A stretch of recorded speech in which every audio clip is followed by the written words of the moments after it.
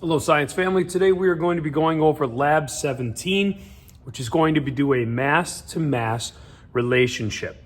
We have our equipment set up already. We're going to be reacting zinc acetate with some sodium phosphate. It's going to be a double replacement reaction, and we know that there's going to be a precipitate that forms. So first thing we want to do is we're going to mass out 2.19 grams of zinc acetate. So I'm going to put my weigh boat on there and I'm going to zero out my weigh boat.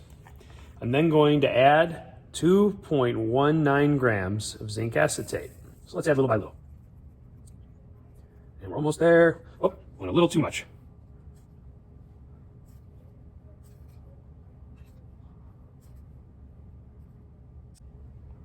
There we are. 2.19 grams of zinc acetate. What I'm going to do is put that in approximately 50 milliliters of water in a beaker. I'm going to add that in, and I'm going to stir that up to make sure that that dissolves. Now, while I do that, I'm also going to set up the same situation, but with another compound, and that is going to be sodium phosphate.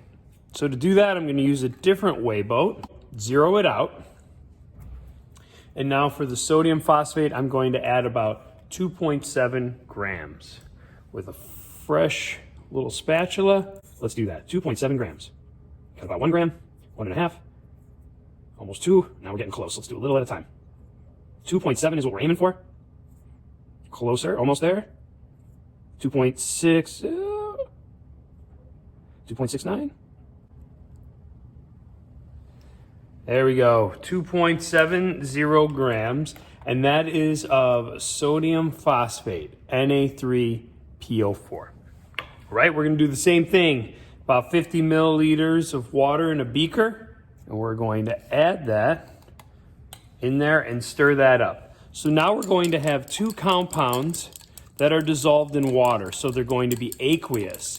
That's a perfect vessel to create a double replacement reaction. So once we get these dissolved, we'll go ahead and get that reaction going.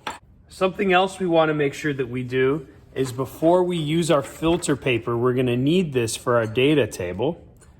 So let's go ahead and mass that out. It looks like our filter paper here is 2.20 grams. So in your data table, you definitely want to put down for your zinc acetate that you measured out 2.19 grams of zinc acetate. And for your filter paper, you measured out and massed out 2.20 grams for the filter paper. All right, perfect. Now that we have that in our data chart, let's make this reaction go. Now that we have our two beakers with our two different compounds dissolved in it, I'm going to transfer one to the other and see if there is a double replacement reaction. So let's see. And there definitely is a reaction. That white change in color, we can take note of that, created this new precipitate. Now remember, in a double replacement reaction, a precipitate is anything that's like a solid forms that comes out of solution after two aqueous solutions mixed together. So now that we have that, we want to make sure that we can capture this precipitate. Why? Because if we know we started out with 2.19 grams of this zinc acetate, then that means we can predict with stoichiometry how many grams of this precipitate should form. And then we can compare the two. How much did we really get in the lab versus what does the math say? So to do that, we're going to need to strain this out by using our filter paper. So let's set that up and we can start separating the water from our precipitate to get our final product mass. So now that we have our precipitate, I'm going to put it into this filter paper setup in a funnel. The filter paper has been folded. The precipitate should stay in the filter paper as the water flows down to the bottom. Eventually, a clear liquid should come out of the bottom of the filter paper. So we're going to pour that in there slowly, and we're going to let gravity filter it out. So as we're doing that, there's clear liquid coming out of here at the bottom. That's good because it's holding the precipitate up top. But here's the problem. Some of the precipitate is still left in the beaker when I poured it out. So I'm going to take some clean water and I'm going to rinse my beaker so that more of that precipitate comes out. Why do I care about that? Well, that's going to give me better data because I want to make sure I get all this precipitate into the funnel so that eventually it can strain out the water and leave behind just the precipitate. So I poured that in there. You want to make sure that this beaker is nice and clean. Otherwise, we're going to leave precipitate behind and that could screw up our data.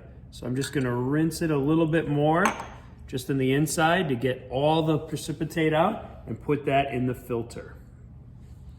Now that we do that, the water is going to flow out with the precipitate, the white solid, in there. Once we get this completely strained out and drained, all right, and it's nice and wet right now, we're gonna dry it overnight so that we can find out exactly how much dried precipitate we formed. So stay tuned, we're gonna let this drain and then we'll throw it in the dryer. Now we have our precipitate, throw it in the dryer overnight to dry, and we should be all set. Now that it's dried, we're going to take it out of our drying oven. And as you can see from here, it's a white solid, nice and dry, and we're gonna mass that out. So this is gonna be the mass of the filter paper and precipitate. Be sure to answer that on your data table, and that'll be all set for that. So now that we have our precipitate, we're going to figure out what does the math tell us we should have created of this precipitate versus what we actually got massed out in the actual lab. So by doing that, we'll go massive A to massive B, calculate what the precipitate should have been, and compare that to what we got in the lab and see what percent. We'll call that a percent yield or percent error too. But let's go ahead and do the math on that. Let's balance some equations, work on the calculations, start to figure out how close was reality to what math tells us we should have gotten. All right, nice job, science fam.